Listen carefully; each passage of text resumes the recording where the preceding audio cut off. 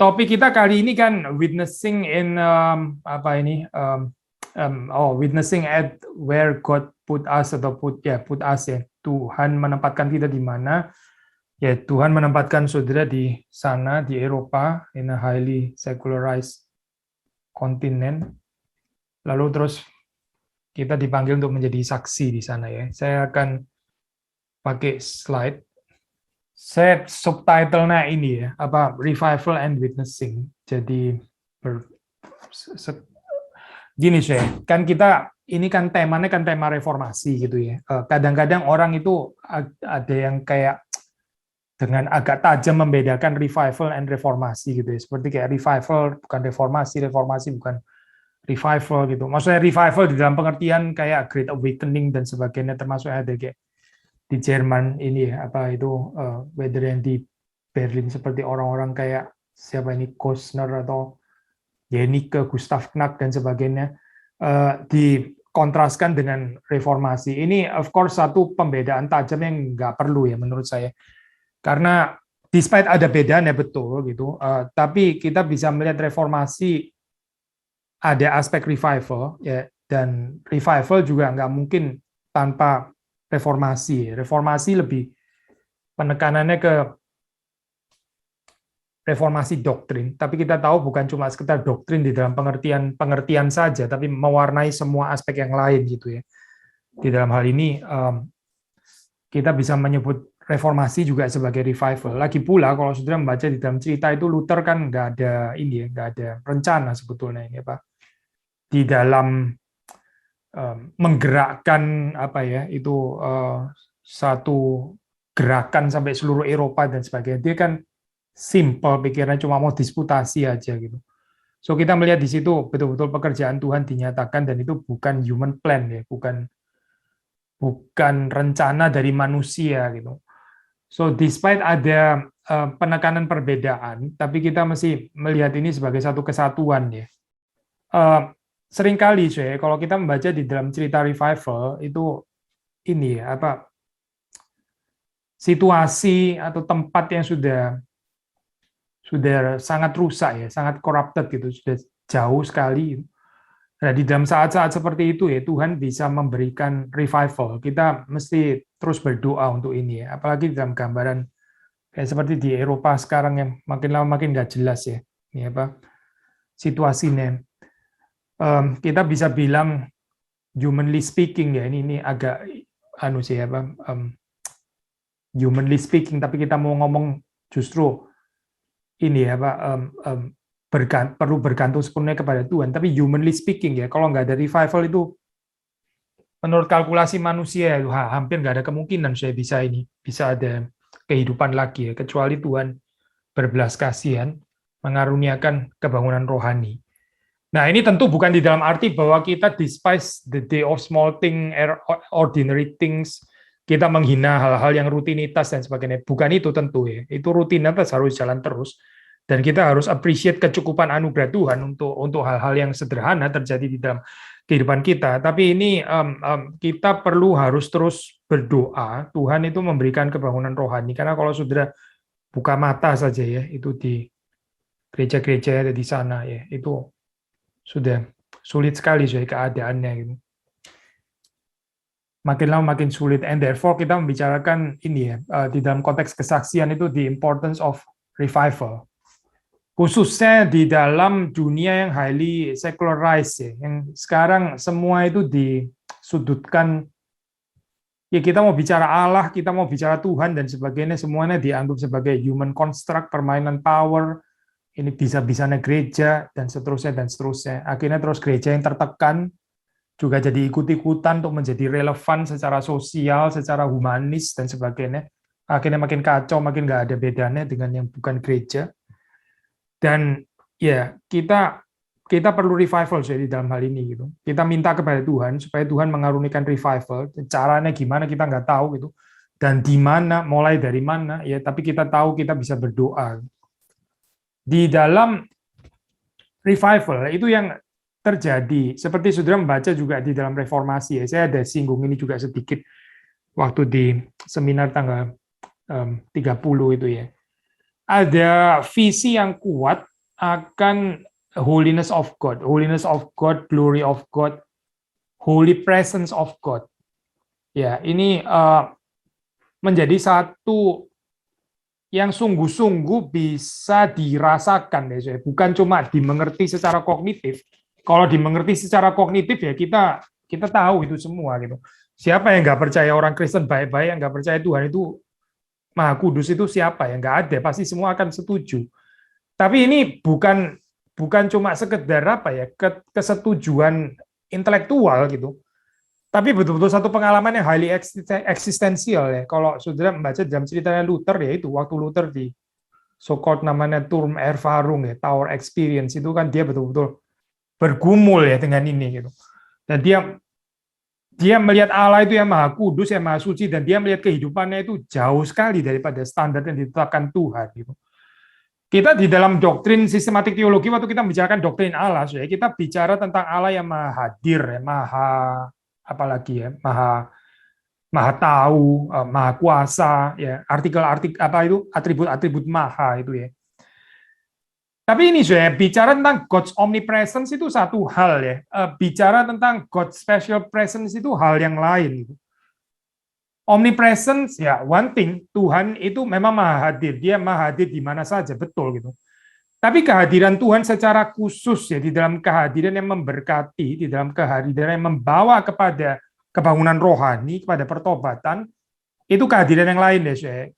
Of course di sini kita bukan sedang membuat skizofrenik antara omnipresent and special presence, bukan itu poinnya. Tapi kita memang perlu membedakan. Saya ambil contoh ya, ini even ya Berkhof ya, Louis Berkhof pernah tulis di buku sistematik teologi nih.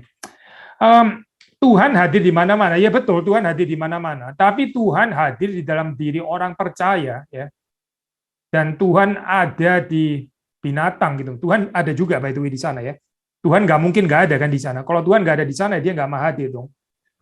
Tuhan ada di binatang dan Tuhan ada di dalam diri orang percaya, atau Tuhan ada di dalam diri orang percaya dan orang yang tidak percaya, itu kehadiran yang lain. Gitu.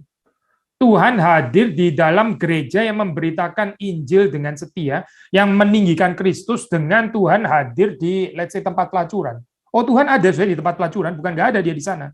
Tentu saja dia ada gitu. Tapi itu kehadiran yang lain ya. Kehadiran yang berbeda gitu. Nah, kita di sini kalau kita hanya bicara God's omnipresence, terus kita nggak ada, ya Tuhan hadir di mana-mana kan ya. Tuhan juga hadir nggak di gedung gereja, Tuhan juga hadir. Saya kebagian dari rumah, Tuhan juga hadir dan sebagainya. Ya, ini masalah sih kalau kita nggak mengerti konsep God's special presence. Dan terutama waktu kita bicara tentang revival, ya itu kita membicarakan tentang God's special presence di sini. Kalau bicara God's omnipresence ya Tuhan selalu hadir, dari kapan-kapan dia selalu hadir, nggak ada tempat yang Tuhan nggak hadir. Tapi di sini kita bicara tentang kehadiran yang khusus ya. Bicara tentang kehadiran yang sangat khusus, yang memberkati, yang menggerakkan, yang mempertobatkan, yang melahirbarukan, yang merestorasi dan seterusnya. Ini yang menjadi pergumulan di dalam revival. Dan kalau sudah membaca di dalam cerita-cerita itu, again ini sedikit pengulangan dengan seminar tanggal 30 ya, tapi saya ada pakai kutipan di sini, itu selalu disertai dengan deep conviction of sin. Roh Kudus itu saya, kalau kita membaca dalam Injil Yohanes ya, salah satu yang dilakukan itu adalah convict ya, itu apa? Menginsyafkan bahasa Indonesianya ya. Menginsyafkan itu kadang saya nggak tahu ya, saya bukan ahli bahasa Indonesia sih, tapi di telinga saya menginsyafkan itu bisa agak lunak ya istilahnya. Sebetulnya konflik ya, saya konflik itu ada aspek penghakimannya. Gitu. Konflik itu seperti misal ya, contoh ya, misal ini ada orang nyolong di supermarket atau apa, terus kemudian convicted gitu ya, itu dia ketahuan, ketangkap ya, dan akhirnya ya sudah kena proses, itu namanya convicted itu. Roh Kudus itu konflik ya di dalam hal ini, dia itu menyadarkan sehingga orang itu ada deep conviction of sin. Ini bukan sesuatu yang ya di dalam pengertian ya siapa ya di dalam dunia ini semua orang yang pasti berdosa lah misalnya gitu ya. Siapa di dunia ini yang sempurna yang nggak pernah salah? Semua orang juga ada salahnya. Bukan itu saya bukan. Kalau kita ngertinya seperti ini ya sedikit mirip seperti bicara God's omnipresence tadi gitu. Ya, semua tempat Tuhan juga ada. Mana ada sih tempat yang nggak ada Tuhannya gitu? Kan Allah Maha. Jadi mana-mana Tuhan juga ada. Masa Tuhan nggak ada? Pastilah ada di sana. Bukan itu saya yang dimaksud gitu. Kita juga nggak bicara di dalam pengertian general knowledge of sin di dalam pengertian ini ya. Semua orang juga berdosa. Siapa di dunia ini yang sempurna yang nggak punya ada salahnya? Bukan ini. Yang dimaksud di sini adalah pekerjaan Roh Kudus ya yang membawa kepada kesadaran yang dalam bahwa kita itu sungguh-sungguh berdosa di hadapan Tuhan yang Maha Kudus itu. Very eksistensial dan membawa kepada pertobatan ya biasanya setelah ini gitu. Nah, R.A. Torrey yaitu dia ini ya penerusnya siapa ini Dwight L. Moody gitu. Dia pernah mengatakan kalimat seperti ini. Revival itu adalah coming of the Holy Spirit. Again, a coming of the Holy Spirit ini jangan dibenturin dengan Pentakosta ya di dalam pengertian ya kan sudah coming, kan nggak perlu lagi coming. Bukan ini saya bukan. Ini special coming ya di dalam pengertian lawatan yang khusus ya, pekerjaan yang khusus, special presence yang terus kemudian menimbulkan deep conviction of sin, coming of the Holy Spirit. Therefore, there must be a new conviction of sin, and there always is. If you see something that people call a revival and there is no conviction of sin, you may know immediately that it is not a revival. Orang Kristen kumpul-kumpul ya nggak tentu revival saya mungkin kumpul-kumpul merayakan reformasi 500 tahun lumayan sih waktu itu ya termasuk di Jerman ada orang kumpul-kumpul di mana-mana orang kumpul-kumpul nggak tahu tahun ini ada perayaan apa lagi gitu ya ya bisa aja ada orang kumpul-kumpul gitu kumpul-kumpul mungkin ya tapi terus apa setelah itu kalau kita membaca cerita revival saya itu selalu ada pattern ini ya yang nggak ada, yaitu orang itu dipenuhi dengan perasaan keberdosaan di hadapan Tuhan. Mengapa saya? Ya karena mereka tiba-tiba diperhadapkan dengan the holy presence of God. Nah kita mesti berdoa saya waktu kita berdoa untuk revival kan ini kaitannya dengan kesaksian ya. Kesaksian itu kalau Tuhan betul-betul bekerja menggerakkan ya orang itu akan mendapatkan visi ini. Perjumpaan yang very existential dengan holy presence of God dan itu menimbulkan deep conviction of sin selalu karena ya tanpa ini kita nggak bisa bicara tentang repentance. Revival itu ditandai dengan repentance. Memang waktu revival terjadi nggak selalu direspons dengan repentance itu clear ya. Kalau sudah membaca cerita reformasi ya nggak semuanya repent gitu, ada yang tetap mengeraskan hati. Saudara bahkan cerita Pentakosta sekalipun ya, itu ada orang nyinyir di sana gitu. Oh mereka ini mabuk oleh anggur. Ini tengah-tengah pekerjaan Roh Kudus dinyatakan loh, ada orang nyinyir gitu. Ada orang yang tetap jadi outsider, ada orang yang akan tetap ini nggak berbagian di dalamnya. Yesus ya pelayanannya kurang kuasa apa ya? Pelayanan Yesus apakah kurang kuasa? Apakah kurang dipenuhi Roh Kudus? Kan nggak mungkin ya, saudara. Tapi saudara melihat perlawanannya.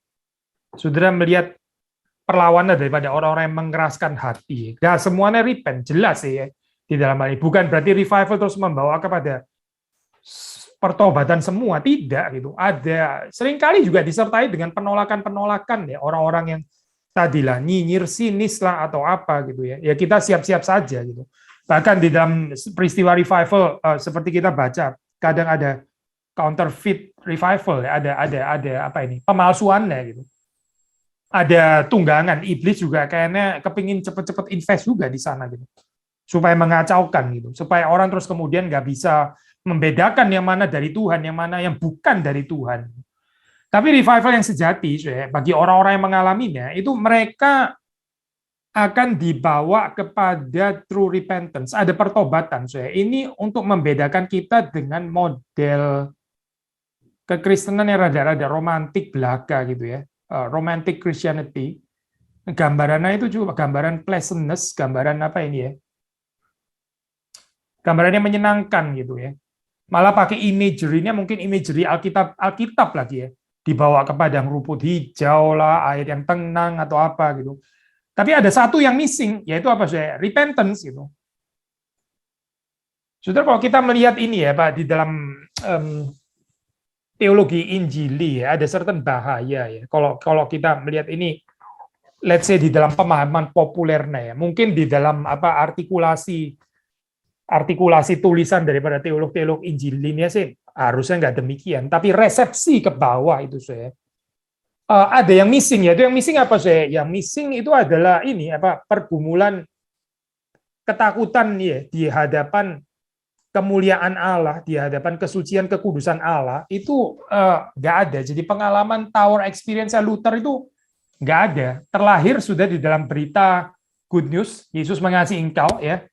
Jesus loves you, for the Bible tells you so, dan sebagainya. Tapi visi holiness of God, ya, terus kemudian gambaran yang menakutkan itu nggak ada, simply hilang gitu. Maka banyak orang-orang Injil itu sebetulnya ini ya, saya terancam dengan konsep cheap grace gitu, kalau kita nggak hati-hati. Dan yang nggak ada di sana itu adalah apa, saya? Story of repentance. Yang nggak ada itu story of repentance. Nggak ada pembicaraan. Jangankan pembicaraan ini deep conviction of sin ini juga nggak ada gitu. Lalu dijustify dengan kalimat-kalimat tadi ya, semua orang pasti punya kesalahan. Kita mesti toleransi dong dengan kesalahan orang. Siapa di dunia ini yang sempurna dan seterusnya dan seterusnya. Tapi kita nggak ngomongin itu saya. Kita semua tahu itu kalau semua orang itu nggak sempurna dan semua orang ada salahnya dan sebagainya. Theoretically kita semua tahu gitu. Tapi waktu revival saya orang dibawa kepada kesadaran dosanya yang berat. Sudah bisa membaca itu di dalam cerita Pentakosta ya. Kita melihat bagian ini ya, di dalam Acts pasal yang kedua yang terkenal itu kan ya. Kita membaca ini kan Petrus berkhotbah ya. Petrus berkhotbah lalu terus kemudian setelah itu saudara membaca di dalam ayat yang ke-37, responsnya ya, ketika mereka mendengar hal itu, hati mereka sangat terharu. Hati mereka sangat terharu. Lalu mereka bertanya kepada Petrus dan rasul-rasul yang lain. Ya, ini kita bisa bandingkan dengan ini ya, saya. Sebentar ya, saya. Ini bahasa Inggrisnya. Now when they heard this, they were cut to the heart. They were cut to the heart. Ya, deep conviction of sin. Bukan ya terharu, oke lah, terharu itu bisa sentimental ya, sesuai gambarnya terharu ya. Ya oke lah, bisa, tapi sebetulnya bahasa Inggrisnya bilang cut to the heart ya. Coba saya cek ini ya, terjemahan yang lain lagi, Luther Bible ya. Das die aber das hörten, ging's ihnen durchs Herz. Mirip dengan bahasa Inggris ya. Ging's ihnen durchs Herz. Ya, hati mereka itu tertusuk gitulah ya. Itu masuk sampai kepada hati mereka. Ya, terjemahan bahasa Indonesia terharu ya. Nah, orang Indonesia memang sentimental dan romantik ya. Jadi suka terjemahan-terjemahan kayak gini. Mungkin terjemahan cut to the heart ya, teriris hati mereka. Wah, kayak gimana gitu ya, ngeri kayaknya gitu. Tapi itu sebetulnya yang terjadi di dalam revival, yaitu yang terjadi di dalam revival itu apa saya? Ya ini true repentance ya, dan repentance ini gambarnya bukan satu gambaran yang pleasant ya, gambaran yang langsung jam kepada comfort, penghiburan ya. Memang akan ada penghiburan betul, tapi sebelum penghiburan itu didahului dengan hati yang tertusuk ini ya. Kalau bagian ini nggak ada, saya khawatir kita nggak benar-benar mengerti loh apa itu artinya anugerah Tuhan yang dalam itu ya. Spurgeon pernah mengatakan kalau kita ini nggak benar-benar ngerti ya, apa artinya,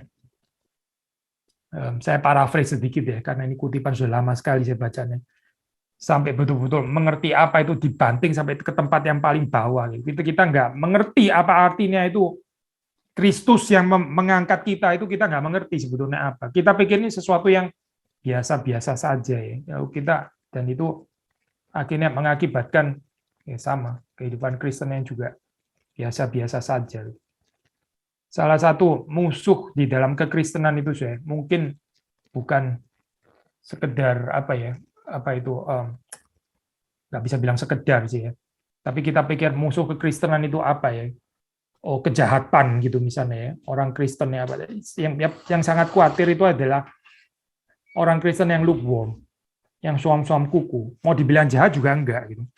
Oh dia necis ya, orang Kristen yang rapi, necis, rapi, datang ke gereja ya, mungkin ikut Bible study dan sebagainya, mendidik anaknya dan sebagainya. Ya, tapi seperti kayak nggak ada kehidupan rohani gitu. Cuma jadi orang baik-baik saja gitu. Kalau baik-baik saja ya, nggak usah kekristenan lah. Itu moralisme saja cukup gitu. Revival itu bicara bukan menjadikan orang yang kurang baik jadi baik gitu ya, secara morally. Bukan. Ini orang yang nggak sadar dosanya, ya nggak sadar bahwa dia itu mati, nggak sadar bahwa dia itu lukewarm, nggak sadar bahwa dia itu sebenarnya jalan di tempat gitu. Tapi terus kemudian Tuhan memberikan deep conviction of sin dan dia repent. Repent ini saya seringkali disalah mengerti ya. Apa gini saya, kalau saya tanya ini misalnya ya, yang mana lebih dulu ya? Yang mana lebih dulu? Pengampunan dosa atau pertobatan? Pengampunan dosa atau pertobatan? Jawaban yang benar saya harusnya itu pertobatan. Nah, saudara mungkin pikir ini kok agak nggak cocok ya sama teologi reform. Bukannya teologi reform mengajarkan anugerah, bukannya anugerah yang mendahului. Anugerah mendahului itu betul saya. Tapi anugerah yang mendahului ini memberikan pertobatan. Ya. Baru setelah itu pengampunan dosa itu diberikan. Nah, di dalam hal ini saya, Calvin membahas urutan ini sangat jelas. Dia mengatakan di dalam Institute, for this reason, when God offers forgiveness of sins, pengampunan dosa, ya, He usually requires repentance of us. In turn, implying that His mercy ought to be a cause for men to repent. Yet we must note that this condition is not so laid down as if our repentance were the basis of our deserving pardon. Calvin sangat jelas ya. But rather because the Lord has determined to have pity on men to the end that they may repent, He indicates in what direction men should proceed if they wish to obtain grace. Even loh saya pakai kalimat if they wish to obtain grace. Maksudnya di dalam hal ini konteksnya ya forgiveness of sins itu. Tentu kita mengatakan orang bisa repent itu sendiri juga adalah pekerjaan Roh Kudus. Betul, saudara nggak salah mengatakan seperti itu ya. Tapi seringkali ini kayak di bypass gitu ya. Soalnya kita atas nama teologi anugerah, again teologi Injil yang keliru ya. Yang diresepsi secara keliru. Terus kita penekanan ya anugerah terlebih dahulu berarti ya forgiveness of sins lah gitu dalam hal ini ya. Jadi anugerah yang rada murahan. Kalau sudah membaca di dalam Injil, yaitu berita pertobatan itu mendahului selalu. Yohanes Pembaptis misalnya ya, itu meneriakan berita pertobatan. Dari berita pertobatan, terus kemudian orang itu ada kesadaran akan dosa mereka, baru mereka mendapatkan pengampunan. Kalau nggak ada pertobatan, lalu pengampunan dosa. Ya sebetulnya kita ngomongin pengampunan apa ya? Dosa yang mana gitu? Ravenhill pernah khotbah ya, menantang, dia bilang. Kita bilang katanya kita bebas dari dosa. Ya, dosa apa gitu? You bilang you are liberated from sin. What sin? Sin apa gitu? Waktu ditanya dosa yang mana, kita jadi rada mikir-mikir, iya dosa apa ya? Ya dosa itulah, dosa masa nggak ngerti sih? Masa saya perlu jelaskan lagi apa artinya dosa? Nah, mulai muter-muter gini jawabannya. Nggak ada yang konkret maksudnya saya. Membebaskan dari dosa apa gitu? Dosa apa yang Tuhan membebaskan kau itu dari dosa apa sebetulnya gitu? Dosa yang mana maksudnya? Kita nggak bisa bicara sin di dalam pengertian abstrak kayak begini loh, saya. Maksudnya dalam arti ya kan semua orang itu siapa sih yang nggak berbalik lagi ke sana lagi gitu ya? Siapa di dunia ini nggak berdosa? Semua orang juga ada salahnya. Kan nggak ada orang perfect dan sebagainya. Nggak, kita nggak tertarik saya dengan pembicaraan ini gitu. Ini shallow banget gambaran kayak begini. Dosa yang mana maksudnya? Dosa yang mana yang engkau akui di hadapan Tuhan ya adalah offense terhadap Tuhan. Dosa yang mana maksudnya gitu. Lalu kita dibebaskan dari dosa yang mana? Forgiveness of sins ini ya, ini konkret ya, khususnya kalau di dalam perspektif Lukas ya, sudah membaca, itu Lukas menarik saya nggak sedang membenturkan teologinya Lukas dengan Paulus ya, tapi kalau Paulus bicara sin itu kan di dalam pengertian ini ya, Pak, power gitu ya, ke manusia nggak bisa membebaskan diri dari sana, kuasa ya manusia nggak bisa keluar dari sana. Tapi kalau Lukas ya membicarakan tentang sins itu bicaranya itu sins yang konkret gitu. I think kita boleh ini ya saya apa memperkaya ya teologi kita gitu, bukan cuma di dalam pembicaraan hamar teologinya Paulus gitu yang waktu bicara sin dalam pengertian kuasa ya teologis. Tapi waktu kita memperkaya teologi kita dengan profil teologi Lukas, Lukas itu membicarakan dosa sangat konkret. Saudara membaca Yohanes Pembaptis waktu khotbah, ya, dia bicara gitu. Khotbah teguran dosa konkret, ya. Konkret itu. Kamu ini ya apa prajurit serdadu-serdadu, cukupkanlah dirimu dengan gaji yang ada padamu. Jangan memeras. Kok kan konkret ya saya tegurannya gitu. Konkret. Dia bicara kepada Herodes juga konkret tegurannya gitu. Nah, itu semua dicatat di dalam Lukas ya. Saya tentu nggak mau mengatakan bahwa Paulus waktu membicarakan dosa nggak pernah konkret, bukan itu ya poinnya. Tapi Paulus waktu membicarakan dosa, dia lebih banyak bicara di dalam pengertian sin as satu kuasa yang manusia itu apa tertawan olehnya dan nggak bisa keluar dari sana, seperti kayak satu prinsipal yang mengekang kehidupan manusia gitu ya dalam hal ini. Tapi kalau sudah membaca di dalam Lukas itu dia membicarakan sins itu khususnya dalam pengertian plural. Ya, hopefully saya nggak over interpret di sini ya. Ini Calvin tulisnya di sini ini forgiveness of sins plural ya. Jadi dosa-dosa, dosa ini, dosa itu, dosa yang ini, dosa yang itu dan sebagainya. Tuhan memberikan pengampunan ya atas dosa-dosa ini, tapi itu didahului oleh repentance. Repentance itu precedes forgiveness of sin. Tapi perhatikan ya, kita jangan salah mengerti. Repentance itu bukan ini ya, bukan apa ini namanya basis of our deserving pardon. The basis of our deserving pardon yaitu senantiasa adalah tentu saja ya Kristus sendiri, Kristus dan korban yang sempurna. Bukan kondisi repentance kita ya, kita bukan diselamatkan karena kita repentance, karena human repentance bukan. Tapi karena Kristus tentu saja ya. Tapi Kristus yang menyelamatkan itu not without our repentance. Maka saudara, kalau kita mendengar khotbah, ya kita saat teduh, saudara membaca buku teologi atau apa gitu ya. Kalau kita nggak mendapati ini ya, saudara, apa kehidupan kita ini makin digerakkan untuk terus-menerus repent ya. Kita nggak bisa bicara reformasi sebetulnya gitu. Itu model kekristenan lunak yang nggak membawa kemana-mana dan ya shallow saya jadinya gitu. Waktu konsep repentance ini shallow, ya konsep grace juga akan shallow. Lalu seperti kayak gereja-gereja di Eropa, diterjemahkan menjadi sekedar humanis gitu. Grace of God itu simply being humanis maksudnya. Kita sih bukan menolak sama sekali tentu saja ya. Tentu di dalam kekristenan ada aspek humanis, tentu gitu. Even reformasi sendiri itu sangat banyak bersinggungan dengan humanis. Ya. Cuma kita bicara humanis di sini bukan humanis yang berpusat pada Kristus. Ini humanis yang even nggak ada Kristusnya pun masih bisa jalan somehow gitu. Lalu humanis yang kayak begini ini untuk apa ya? Untuk apa gitu?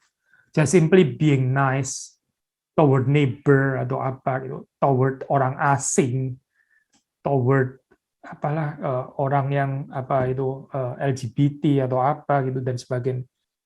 Humanis yang nggak perlu Kristus sebetulnya gitu. Yang nggak ada Kristusnya pun juga bisa tetap jalan. So sekali lagi saya aspek repentance ini ya, kalau nggak ada seperti Torrey bilang ya berarti nggak ada revival. Gitu. Kita jangan seneng-seneng kalau orang datang, oh kelihatan gereja ada orang baru, bukan nggak bersyukur ya saya. Tapi membawa kepada true repentance itu harus sampai ke sana. Kalau cuma kita ya tambahan orang baru, terus kita ketakutan jangan sampai orang ini hilang, ada dapatnya susah gitu ya. Jangan sampai hilang, kita jangan menyinggung perasaannya dan sebagainya. Ntar dia hilang lagi kalau kesinggung perasaannya. Kita nggak tertarik sesuai dengan ini ya, dengan apa penjangkauan yang seperti ini ya. Yesus waktu di dalam dunia dia ada saat di mana pendengarnya meninggalkan dia. Waktu dia bicara yang sangat penting itu ya, setelah dia melakukan mujizat roti yang dilipat gandakan. Setelah itu bicara, akulah roti hidup. Setelah itu banyak orang mental. Ribuan orang mental. Ribuan orang mental.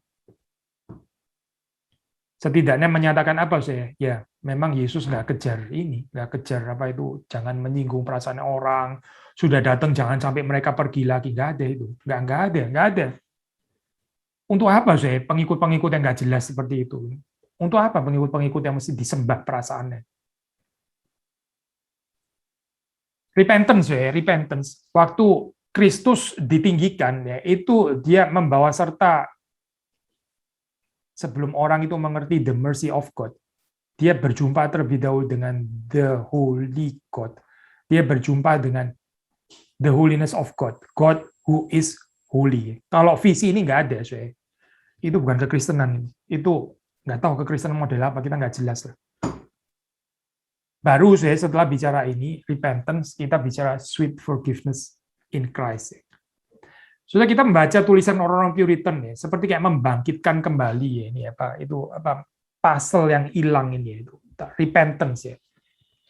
Saya nggak ada cukup waktu saya untuk menjelaskan ya, tapi kalau sudah ini apa sedikit saja ya. Di medieval itu saya medieval soteriology itu meskipun banyak problem ya pasti di sana. Itu ada tingkatnya gitu sebelum orang masuk kepada mystic union with God ya. Itu sebelumnya ada purgation of sin ya. Purgation of sin, terus kemudian illumination of the Holy Spirit, terus kemudian baru masuk mystic union with God. Nah, the genius daripada Luther itu kan orang bilang dia menjungkir balikkan gitu ya, apa through faith alone ya, kita everyday ya ordinary Christian itu langsung lompat pada anak tangga terakhir mystic union with God gitu. Itu geniusnya Luther lah ya gitu. Setiap orang Kristen ya true faith alone dia langsung lompat kepada anak tangga terakhir, nggak usah susah-susah merangkak dari bawah gitu. I think ini koreksi yang penting ya karena di dalam medieval apa ini ya apa itu langkah-langkah menuju kepada mystic union with God itu seringkali memang very tiring dan juga nggak achievable sebetulnya. Dan belum lagi ditambah dengan itu lebih kekuatan manusia ya daripada anugerah Tuhan gitu. Tapi begini saya, yang seringkali kemudian terus menjadi ekses. Orang itu nggak ada pergumulan bahwa dia itu sebetulnya sedang di bawah penghakiman Allah yang Maha Kudus. Bagian itu nggak ada, saya. Tiba-tiba aja ya masuk kepada ya Tuhan mengasihi kamu, Tuhan mencintai engkau gitu ya. Ya kalau orang sudah bergumul dengan ini misalnya seperti kayak apa ini perempuan yang sudah mau dirajam dengan batu ya di Injil itu ya. Terus langsung dikatakan Tuhan menerima engkau. Nah, itu bisa cocok di sana gitu. Tapi coba saudara, kalau mengatakan kalimat itu kepada orang-orang Farisi yang self-righteous, kan kalimat ini jadi nggak cocok sama sekali ya. Orang-orang yang self-righteous, yang sombong, yang benar sendiri, dan sebagainya. Terus kemudian kita mengatakan Tuhan mengasihi engkau. Kan nggak cocok sih kalimat ini gitu. Nggak cocok. Yang perlu itu apa sih? Kalimat penghakiman terlebih dahulu. Gitu. Kalimat penghakiman itu perlu disampaikan terlebih dahulu. Supaya hati mereka itu dihancurkan, hati mereka yang keras itu ya. Nah ini saya kalau sudah membaca di dalam tulisan Puritan ya itu menarik. Mereka seperti kayak membangkitkan kembali ya struktur medieval ini somehow ya dengan purgation of sin itu ya. Itu namanya preparation of grace ya, preparatory grace ya. Ini ya di dalam tulisan Puritan itu lumayan konsensus seperti ini saya. Lalu terus kemudian apakah kita menuduh kalimat seperti ini, loh kok balik ke medieval lagi ya, kurang menghargai anugerah. Bukan gitu. Tapi di dalam pikiran orang Puritan ya, ini penting ya, justru supaya orang itu sungguh-sungguh mengerti apa itu artinya forgiveness in Christ yang very sweet itu. Ini bukan barang murahan saya, ini dilakukan oleh Kristus dengan mencucurkan darahnya di atas kayu salib, sama sekali bukan barang murahan. Tapi kalau kita nggak mengerti ya, story of repentance, deep conviction of sin, ini semuanya absen ya. Ya ini yang terjadi kekristenan yang shallow kayak begini ini. Model kekristenan yang nggak menghargai anugerah Tuhan ya, yang tetap yakin diselamatkan dan seterusnya ya. Terus katanya teologi anugerah, tapi sebetulnya nggak membawa kepada pertobatan yang sejati.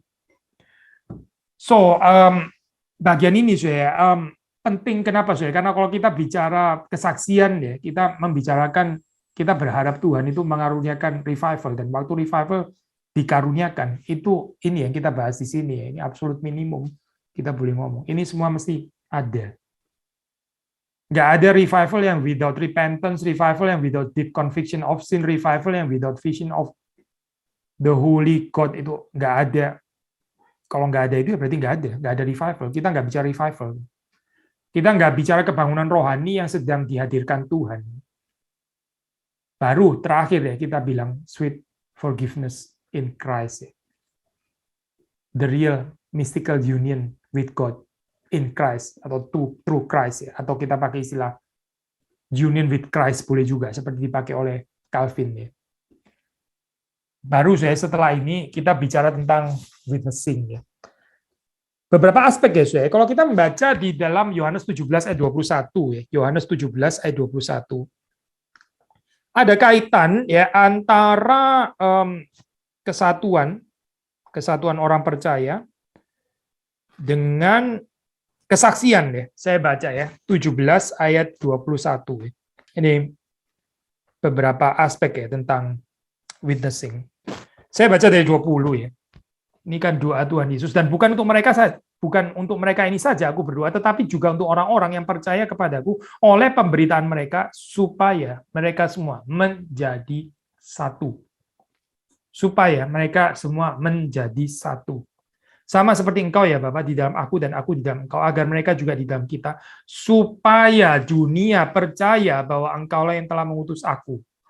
Ayat ini menakutkan ya, bagi saya sih menakutkan ayat ini, karena Tuhan seperti kayak mempertaruhkan ya kesaksian bahwa Yesus itu adalah yang diutus oleh Bapa, itu melalui apa saya?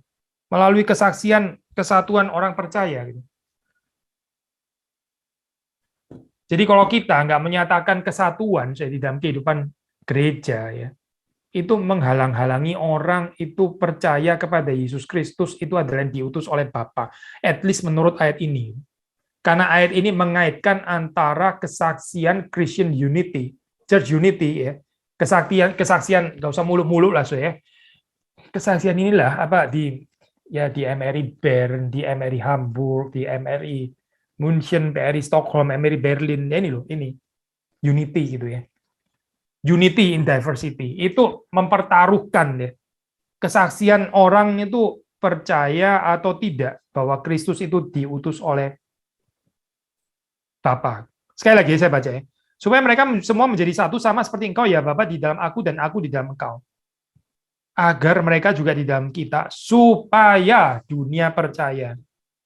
Supaya dunia percaya bahwa engkaulah yang telah mengutus aku.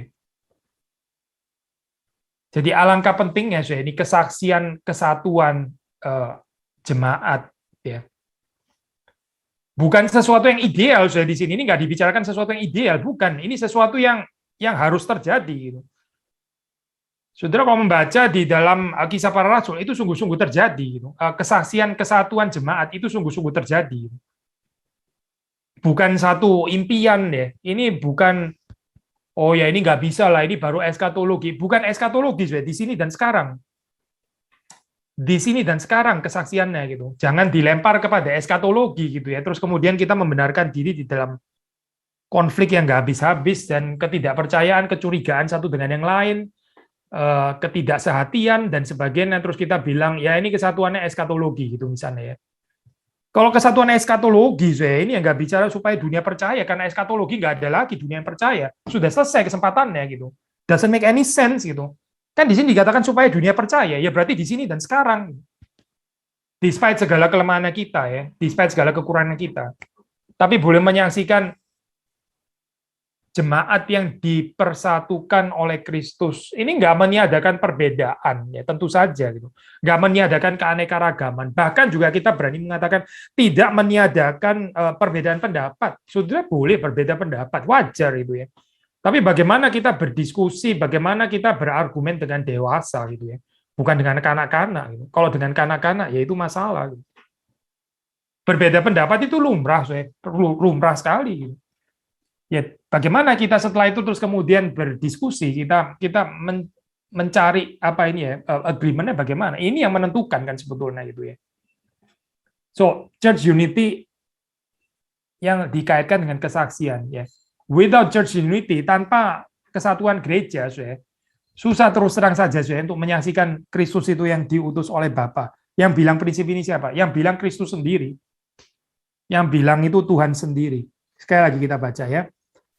Supaya mereka semua menjadi satu sama seperti engkau ya Bapa di dalam aku dan aku di dalam engkau, agar mereka juga di dalam kita. Supaya dunia percaya bahwa engkaulah yang telah mengutus aku.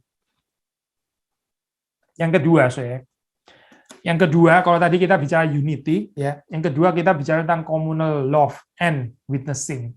Yohanes 13 ayat 35 ya. Saya baca dari ayat 34 ya, Yohanes 13. Aku memberikan perintah baru kepada kamu, yaitu supaya kamu saling mengasihi, sama seperti aku telah mengasihi kamu, demikian pula kamu harus saling mengasihi. Dengan demikian, semua orang akan tahu bahwa kamu adalah murid-muridku, yaitu jikalau kamu saling mengasihi.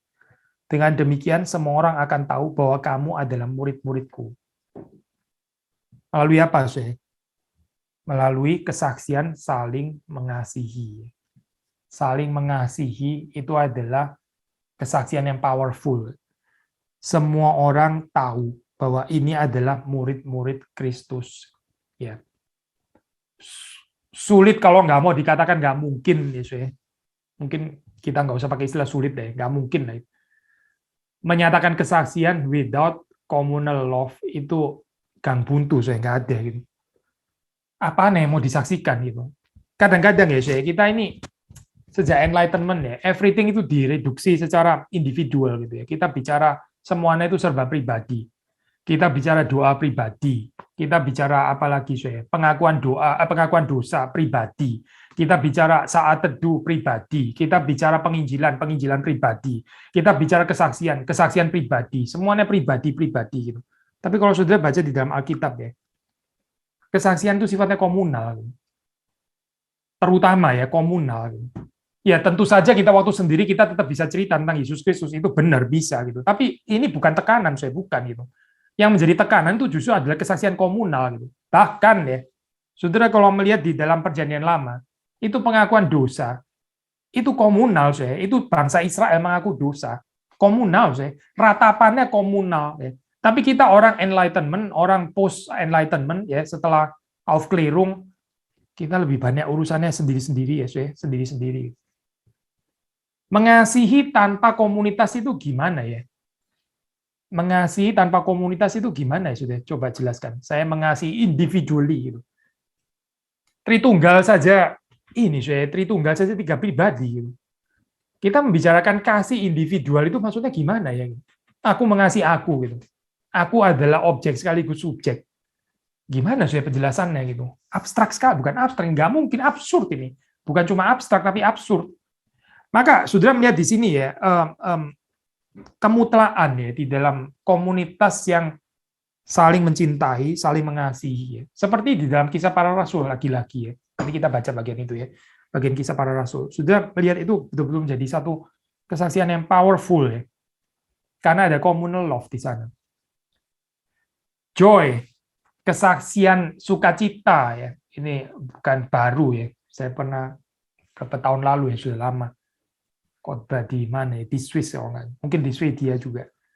Kan ada ini ya, saya ranking happiest country in the world ya. Jerman nggak masuk by the way, sorry jangan tersinggung ya. Nggak masuk lah Jerman gitu. Yang masuk negara Skandinavia, Swiss itu tinggi di atas gitu. Happiest country in the world ya. Terus kita orang Kristen ya. Kita kalau nggak bisa mengalahkan sukacitanya mereka ya. How to witness ya coba. Kalau kita sebagai orang percaya, kita nggak bisa menyatakan happiness yang melampaui ya, yang dimengerti oleh dunia ini. Nah, terus kemudian kita mau menyajikan apa? Ikutlah Tuhan karena di dalam Tuhan ada duka cita, gitu maksudnya. Ikutlah Tuhan, di dalam Tuhan ada miserable life. Apa sih sebenarnya? Kesaksian apa ya ini ya?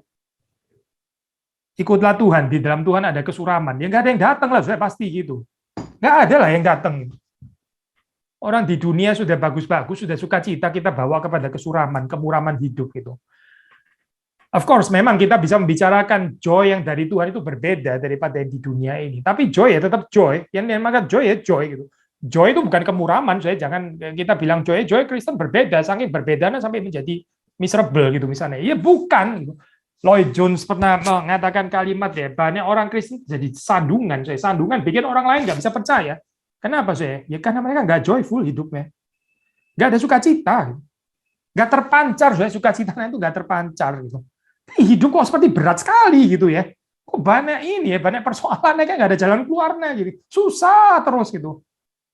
Terus kita pakai embel-embel kalimat dia kan pikul salib gitu ya. Waduh, pakai kalimat teologis lagi ya. Pikul salib gitu. Ini kutipan dari Lloyd Jones ya, saya nggak direct bicara tadi yang saya kutip, tapi ini bagian yang lain lagi. Dia bilang, the Christian is not superficial in any sense, but is fundamentally serious and fundamentally happy. Both serious and happy. You see, the joy of the Christian is a holy joy. The happiness of the Christian is a serious happiness. Serious happiness, paradoxical ya. Serious, but serious happiness. Happiness, tapi ini happiness yang serious. It is a solemn joy. It is a holy joy. It is a serious happiness. So that though he is grave and sober-minded and serious, he is never cold and prohibitive. Saya suka mengatakan ini ya, kekristenan itu happy program gitu. Ini good news yang kita tawarkan tuh good news, bukan bad news, bukan miserable news, bukan. Ini good news ya, good news. Injil itu kan good news ya. Gitu. Itu kan kabar sukacita sebetulnya. Yang membawakan ya harusnya sukacita dong. Orang ini kabar sukacita. Ini adalah Injil pembebasan, bukan Injil pemenjaraan, bukan. Ini adalah cerita pembebasan true freedom, bukan true imprisonment, bukan, saya bukan. Yang imprisonment itu sin, yang bondage itu dunia. Ini cerita liberation actually gitu, true liberation, true freedom, true joy, true happiness ya. Maka sekali lagi saya renungkan deh saya bagian ini gitu. Kita sulit tuh menginjili, menyaksikan, menjadi saksi kalau di dalam kehidupan kita nggak bisa kita nggak bisa mengalahkan, melampaui ya. Ini loh happiness yang dimengerti oleh dunia ini sebetulnya cetek sekali saya. Ini sesuatu yang sebetulnya dari perspektif Christian joy itu miserable actually gitu. Tapi alangkah kacaunya sudah kalau dunia yang punya joy yang palsu atau happiness yang palsu malah melihat orang Kristen yang miserable gitu. Miserable di dalam pengertiannya kita gagal memancarkan sukacita di dalam kehidupan kita ya. Seperti orang yang berbeban berat ya. Kita sudah sering bahas kan ya. Yesus bilang kuk yang kupasang itu enak, bebanku pun ringan. Kuk yang kupasang enak, bebanku pun ringan. Yesus memberikan apa sih istirahat, kelegaan, true rest. Kuk yang dipasang dunia itu tidak enak, bebannya pun berat. Ya. Itu yang dari dunia. Jangan ditukar-tukar. Jangan ditukar bilang kuk dunia ini enak gitu ya. Terus kemudian bebannya pun ringan, tapi mengikut Tuhan itu bebannya berat, kuknya tidak enak. Ini pengajaran anti Kristus ya. Kristus nggak mengajarkan itu loh. Kristus mengajarkan yang sebaliknya, persis yang sebaliknya. Orang yang membalik-balik ini ya, ini mengatakan kalimat celaka, mencelakakan banyak orang. Kalau saudara dan saya gagal memahami bahwa Yesus itu memberikan kuk yang enak dan beban yang ringan, kita yang harus bertobat. Bukan kalimatnya Yesus yang mesti diganti. Kalimat itu benar adanya, kuk ringan dan beban ringan itu, kuk enak dan beban ringan itu nggak pernah salah.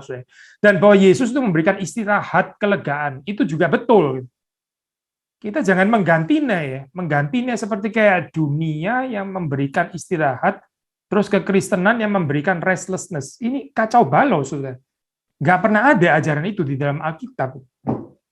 Malah kita bilang sebaliknya. So, perhatikan ya ini ya. Kalimat terakhir khususnya dari Lloyd Jones. Orang Kristen, he or she is never cold and prohibitive. Prohibitive. Itu nggak boleh, ini nggak boleh, ini nggak boleh, itu nggak boleh gitu ya. Kita di penjara kali ya. Orang Kristen itu orang yang paling bebas. Paling bebas, bebas mengasihi, bebas mengampuni, bebas melayani, ya. Bebas, bebas dari dirinya sendiri, bebas dari selfishness. The Gospels atau Kingdoms Narrative and Witnessing, ini slide yang terakhir. Kalau sudah membaca di dalam Acts 2 ayat 42 ya, kita baca bagian ini ayat yang terkenal ya, yang sering sekali dikutip. Acts 2 ayat yang ke-42.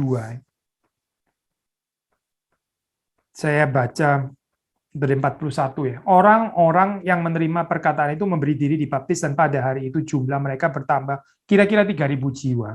Jumlah yang tidak sedikit ya. Mereka bertekun dalam pengajaran rasul-rasul dan dalam persekutuan dan mereka selalu berkumpul untuk memecahkan roti dan berdoa. Ya, ada revival of doctrine. bertekun dalam pengajaran rasul-rasul, ya, seperti reformasi juga ada revival of doctrine, ya. Lalu table fellowship, ya, persekutuan koinonia, ya, memecahkan roti, ya. Ini perjamuan kudus tentunya gitu. Tapi dalam perjamuan kudus pun juga membicarakan table fellowship kan ya, Tischgemeinschaft, persekutuan meja ya, dan berdoa, prayers. Kita mau membahas 3 hal ini ya di dalam 10 menit terakhir. Pertama, saya doctrine and true knowledge of God menurut Calvin. Kenapa saya revival doctrine itu penting ya? Karena tanpa adanya doktrin yang benar, orang itu sebetulnya menyembah berhala.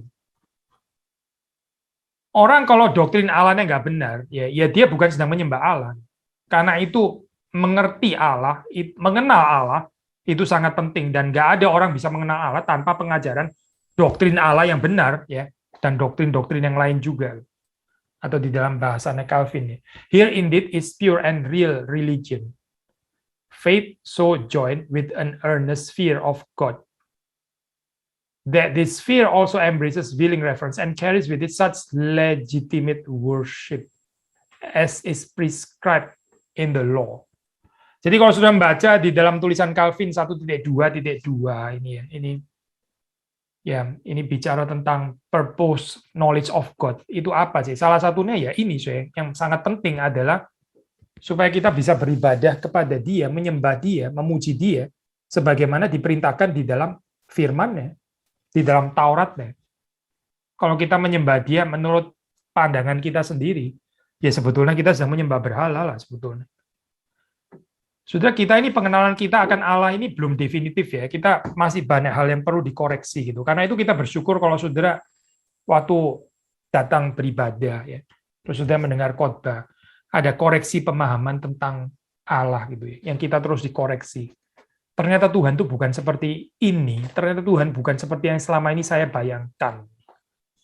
Tuhan ternyata berbeda. Nah, itu kalau terus-menerus terjadi ya, itu berarti ada semper reformanda gitu. Ada reformasi yang terus-menerus ya di dalam kehidupan kita. Dan ujungnya itu ya bagi Calvin adalah penyembahan yang benar gitu. Penyembahan kepada Allah yang benar. Bagaimana kita bisa menyembah Allah yang benar, sungguh-sungguh beribadah kepada Dia, kalau kita nggak mengenal Dia? Oh, di dunia ini banyak orang yang memberikan sesajen kepada semacam Allah gitu ya. Banyak, bukan cuma orang Kristen gitu. Yang beribadah juga banyak, bukan hanya orang Kristen. Tapi apakah mereka sungguh-sungguh beribadah kepada Allah yang sejati? Itu kan pertanyaannya kan. So, pengajaran yang benar, ya doktrin dan sebagainya, ini jangan dilihat sebagai sesuatu yang dingin, kaku, lah, atau kering, intelektual. Ya. Tapi ini membawa kepada ibadah yang benar. Kita nggak ada pure and real religion tanpa pengertian yang benar. Yang kedua, table fellowship. Bersama dengan ini juga adalah hospitality. Hospitality. Table fellowship. Perjamuan kudus ya.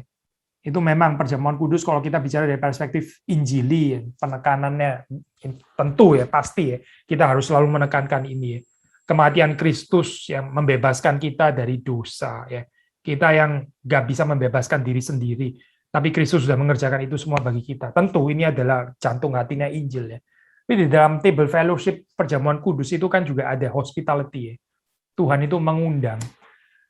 Kita yang sebetulnya nggak harus ada di sana, nggak boleh ada di sana sebetulnya gitu. Karena apa ya? Karena kita orang berdosa, nggak layak kita ada di sana, gitu. Nggak pantas ya. Tuhan nggak seharusnya makan semeja dengan kita, gitu. Nggak seharusnya kita ada di sana. Tapi di dalam table fellowship ini ya, Tuhan mengundang kita. Itu Tuhan itu hospitable. Dia membawa kita masuk ya. Kita ini yang seharusnya ada di luar, bukan tamu undangan. Nggak masuk harusnya gitu ya. Tapi Tuhan itu hospitable dan Dia mengundang kita di dalam perjamuan ini. Maka di dalam gereja ya itu ini kan kita bicara gospel narrative ya, kingdom's narrative. Salah satu naratifnya ya ini, naratif hospitality. Karena perjamuan kudus itu bicara hospitality. James Smith ya, saya yang banyak menulis tentang liturgi ya. Ini di dalam salah satu buku Who's Afraid of Postmodernism ya, dia kan engage juga dengan ini ya. Postmodern philosopher seperti apa Derrida, Lyotard, Foucault. Nah, ini bagian yang dia bicara hospitality ya.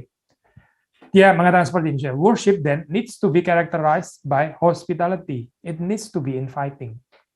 But at the same time, it should be inviting seekers into the church and its unique story and language. Worship should be an occasion of cross-cultural hospitality. Kita berhadapan dengan orang yang di luar sana, ada banyak orang dengan culture yang berbeda-beda kan, saya mungkin bukan culture Indonesia. Kita hospitable nggak saya untuk mereka gitu.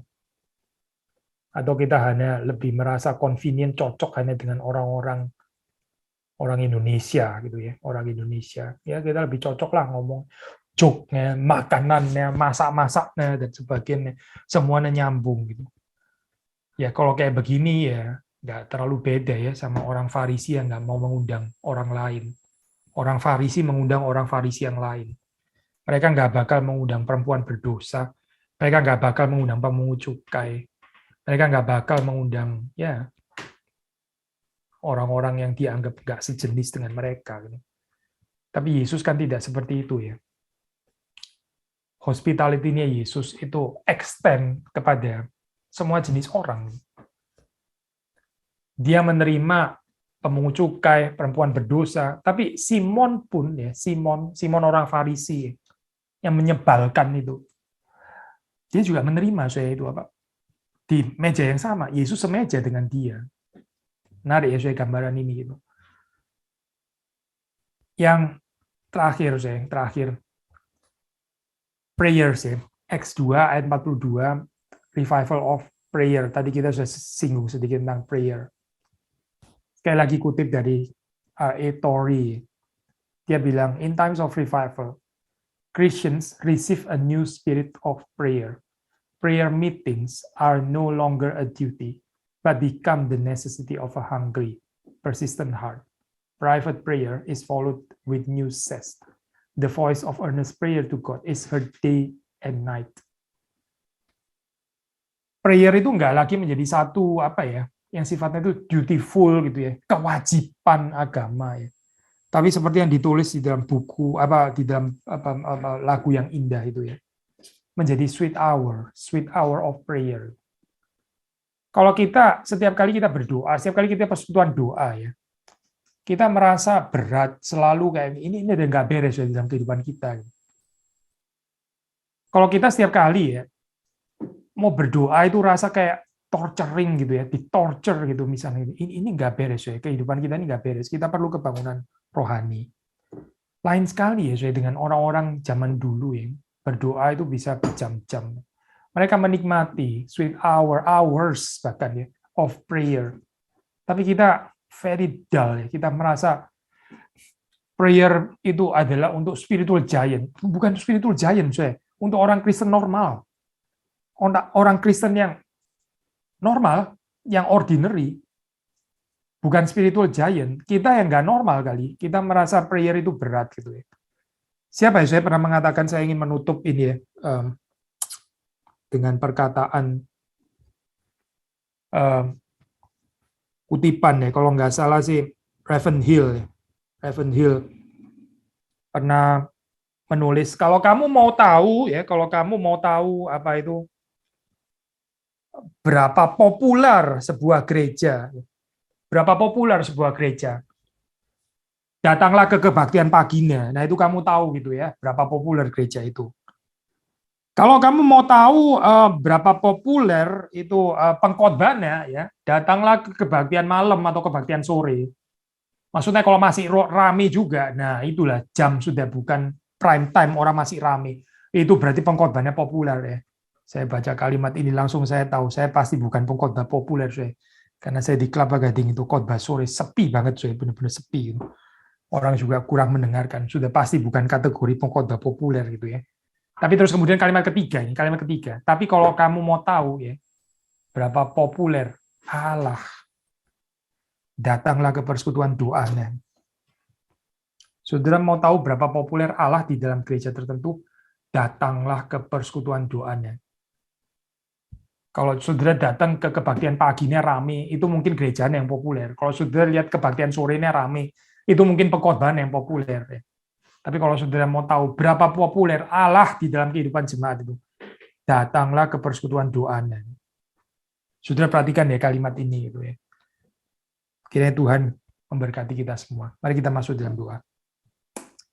Tuhan, kami bersyukur untuk kesempatan yang terbatas ini kami bisa merenungkan firman Tuhan bersama-sama. Kiranya Tuhan yang mengampuni segala dosa, kesalahan kami, membawa kami kepada pertobatan yang sejati, reformasi yang sejati, kebangunan rohani, sebelum kami mengharapkan itu bagi gerejamu, bagi orang-orang yang di luar, dan kami berharap mereka boleh mengenal Engkau. Tuhan, terlebih dahulu membangkitkan kami yang seringkali lesu ini.